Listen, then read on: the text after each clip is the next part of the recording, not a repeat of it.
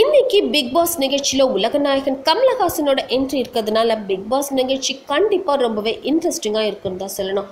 அது மட்டும் இல்லாமல் பிக் பாஸ் வீட்டில் இந்த வாரம் ஃபுல்லாக நடந்த கலாட்டாலாம் வச்சு பார்க்கும்போது விசாரணையும் கண்டிப்பாக பலமாக தான் இருக்கும். இதுக்கடையில் காயத்ரி ரகுராமுக்கு இப்போவே கொஞ்சம் பயம் வந்துடுச்சு. ஏன்னா அடுத்த எலிமினேஷன் லிஸ்ட்டில் எங்கே நம்ம பேர் வந்துடுமோன்னுட்டு அதனால தான் சாப்பிடாம கூட இருக்காங்க போல்.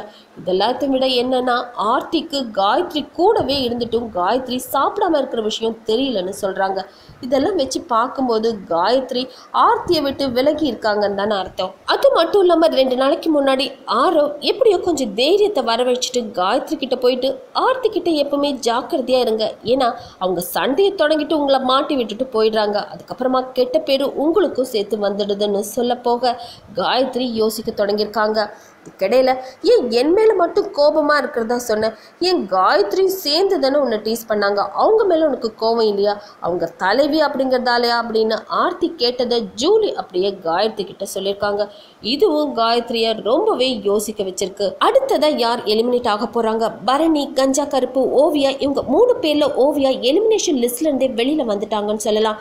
ஏன்னா அந்த அளவுக்கு ரொம்பவே பாசிட்டிவான விஷயங்களை இந்த வாரம் ஃபுல்லா பண்ணியிருக்காங்க.